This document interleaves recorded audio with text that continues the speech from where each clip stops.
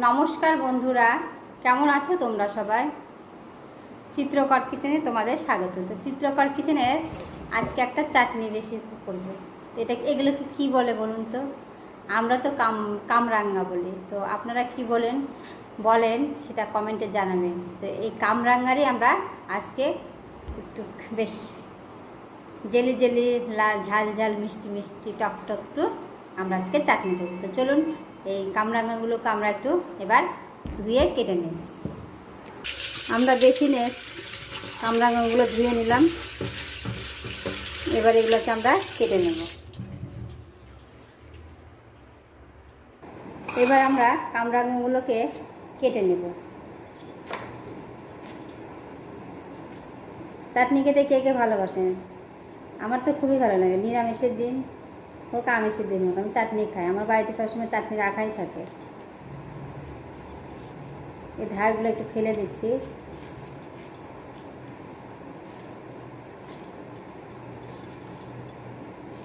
এইভাবে আমরা বানিয়ে নেব চাকচাক করে।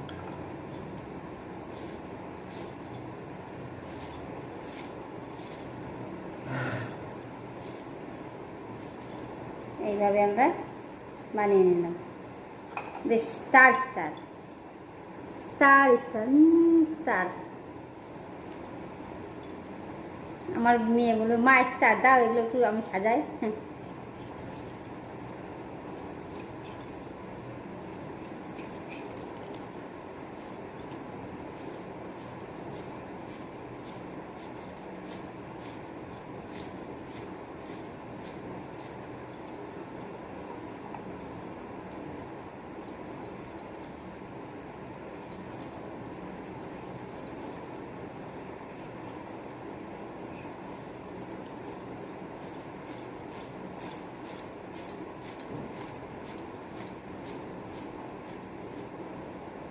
তিনটা কাটলাম, আর দুটো কাটবো, তাহলে হয়ে যাবে, অনেকটাই হয়ে যাবে।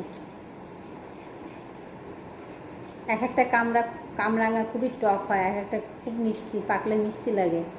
আমি মিষ্টিটাও খেয়েছি, টকটাও খেয়েছি, দারুণ লাগে খেতে।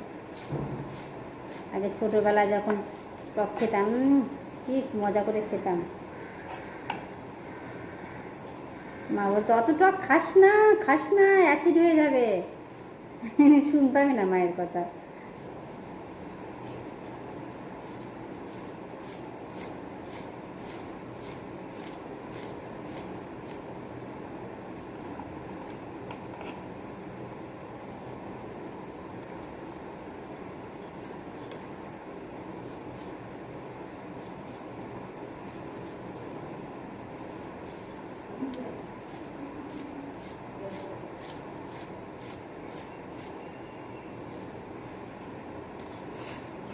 কাটা হয়ে গেলে এবার চলুন রান্নাটা করি, আমরা শুরু করি। এই যে আমরা পুরোটা কেটে নিলাম, এবার চলুন এটাকে আমরা রেসিপিটা শুরু করি। আমরা গ্যাস জ্বালিয়ে দিয়েছি, এবার আমরা কড়াই চাপিয়ে দেবো। এবার কড়াইটা গরম হয়ে গেলে আমরা কিছুটা ভাজা মশলা করে নেব। কড়াইটা গরম হয়ে গেছে, এতে আমরা দিয়ে দেবো 3টা শুকনো লঙ্কা, আর আমরা দিয়ে দিলাম মৌরি আর মেথি।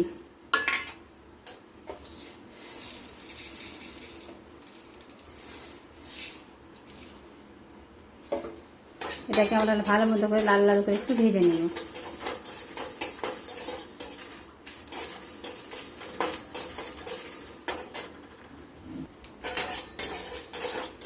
মৌরি আর মেথিটি ভাজা ভাজা হয়ে এসছে, এবার দিয়ে দেবো সামান্য সরষা, সাদা সরষা আর কালো সরষা। এগুলোকে আমরা ভালো মতো করে ভেজে নেব। চাটনিতে ভাজা মশলা না দিলে ভালো লাগে না খেতে।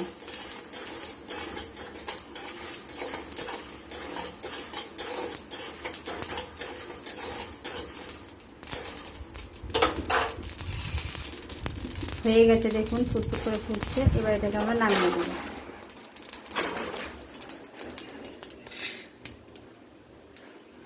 এবার ওই কড়াইতে আমরা দিয়ে দেবো সামান্য সরষার তেল। দিয়ে দিলাম সরষার তেল কিছুটা পরিমাণে। তেলটা গরম হয়ে গেছে, এবার দিয়ে দেবো 2টো শুকনো লঙ্কা চিড়ে, আর দিয়ে দেবো সামান্য আদা বাটা।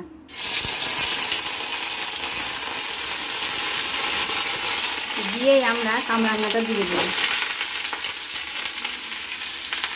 কামরাঙা দিয়ে আমরা দিয়ে দেবো সামান্য লবণ, আর দিয়ে দেবো কিছুটা হলুদ গুঁড়ো, দিয়ে এটাকে আমরা কিছুক্ষণ ভেজে নেব।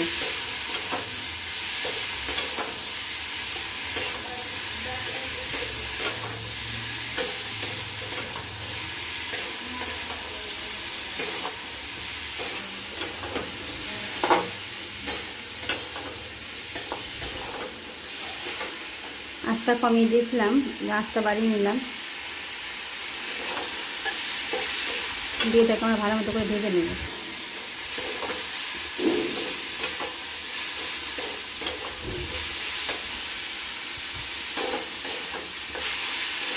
কামরাঙাটা ভাজা ভাজা হয়ে গেছে। আমরা এগুলো একটু গোটা গোটাই রাখবো, তাহলে খেতে ভালো লাগবে।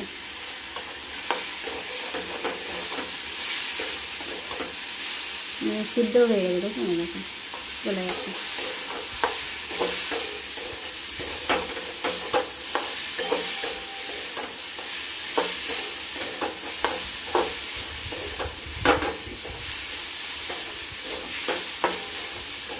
এবার আমরা দিয়ে দেবো জল।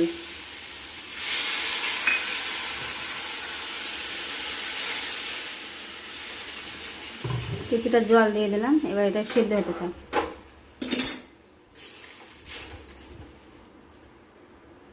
এবার এটা সিদ্ধ হোক, এবার একটা ঢাকনা দিয়ে ঢেকে দেবো। এবার এটা সিদ্ধ হতে থাক। সিদ্ধ হতে হতে আমরা একটু ভাজা মশলাটাকে শিলনোড়াতে বেটে নিব। এবার আমরা শিলনোড়াতে এটা বেটে নেব। মশলাটা বাটা হয়ে গেছে, এবার আমরা ওই বাটিটাতে তুলে নেব।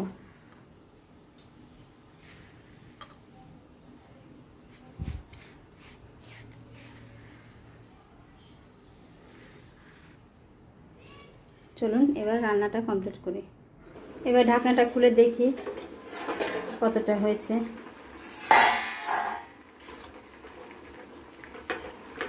কামরাঙাগুলো সিদ্ধ হয়ে গেছে। এবার দিয়ে দেবো আমরা চিনি। যে যেরকম খাবে, জলটা একটু টেনে নিই তাহলে ভালো হবে। যে যেরকম খাবে সে সেইভাবে মিষ্টি দিবে। এবার আমরা দিয়ে দিব চিনি। আপনারা গুড় দিয়েও করতে পারেন, আমি চিনি দিয়েই করব। এক বাটি দিয়ে দিলাম, দিয়ে আর একটু, আমি যেহেতু মিষ্টি মিষ্টি খাই আমার মেয়ে, ওই জন্য একটু মিষ্টি মিষ্টিই খাবো।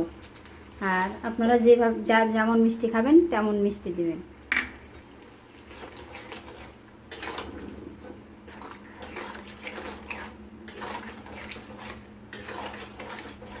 দিয়ে এবার এটাকে আমরা কিছুক্ষণ ফুটতে দেব। চিনি গলে জলটা অনেকটাই হয়ে গেছে, তাই একটু আমরা জলটা শুকিয়ে নেব। কামরাঙাগুলো কিন্তু গোটা গোটাই রেখেছি আমি, এই দেখুন গলে গেছে, দেখুন গলে গেছে। আমি গোটা গোটাই রেখেছি, আজকে একটু গোটা গোটা খাবো, ভালো লাগবে খেতে। এবার একটু জলটাকে আমরা টানিয়ে নেব। তো জলটা শুকাক, তারপরে আমরা দিয়ে দেবো ভাজা মশলা। এবার আমরা দিয়ে দেবো ভাজা মশলা যে গুঁড়ো করেছি, গুঁড়ো মশলাটা দিয়ে দেবো। দিয়ে এটাকে আমরা ভালো মতো করে মিক্সড করে দেব। একটু ঝোলে ঝোলে নামাবো, কারণ যখন ঠান্ডা হয়ে যাবে, যেহেতু চিনি দিয়ে করেছি, ওই জন্য ওটা কমে যাবে, ওই জন্য একটু ঝোলে ঝোলেই নামাবো। মশলা দিয়ে একটু একটু ওর সাথে ফুটিয়ে নিই, তাহলে কি হবে, সব ঢুকবে মশলাটা, খেতেও ভালো লাগবে মশলার গন্ধটা।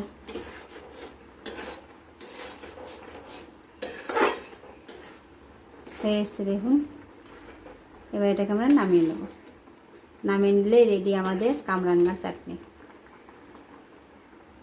নামিয়ে নিলাম, রেডি হয়ে গেল আমাদের গরম গরম কামরাঙার চাটনি। এটা আপনার ফ্রিজে রেখেও খেতে পারেন, এমনি রাখলেও নষ্ট হবে না, অনেক দিন যাবে। তো আমার রেসিপিটা যদি ভালো লেগে থাকে আর আমার ভিডিওটা যদি ইউটিউব থেকে দেখে থাকো, তাহলে একটা লাইক, শেয়ার ও সাবস্ক্রাইব করে দেবেন। আর যদি ফেসবুক থেকে দেখে থাকেন আর আমার ভিডিওটা যদি ভালো লেগে থাকে, তাহলে অবশ্যই একটা লাইক, শেয়ার ও ফলো করে দেবেন। তো আজকের মতন এখানেই, সুস্থ থাকবেন, ভালো থাকবেন। পরবর্তী কোনো রেসিপি নিয়ে তোমাদের সাথে কথা হবে। আর আপনারাও এইভাবে বাড়িতে একবার ট্রাই করে দেখবেন, খেতে কিন্তু দুর্দান্ত হয়। নিরামিষের দিনে খান বা এমনি দিনে খাও, খেতে ভালো, অবশ্যই ভালো লাগবে। আর আপনারা যদি আমার পাশে না থাকেন, আমাকে সাপোর্ট না করেন, তাহলে তো আমি উৎসাহে নতুন নতুন রেসিপি দেখাতে পারবো না। ওই জন্য আপনারা আমার পাশে থাকবেন, সাপোর্ট করবেন। আর এই যে একটাই বলে যায় যে তোমরা সবসময় আমাকে বলো যে কোনটা অসুবিধা হচ্ছে, না অসুবিধা হচ্ছে, আমি অবশ্যই সেটা সলভ করার চেষ্টা করব। আর পাশে থাকবেন আর আমাকে উৎসাহিত করবেন, তাহলে আমি নতুন নতুন আইটেম নিয়ে আসবো। তো আজকের মতন ধন্যবাদ।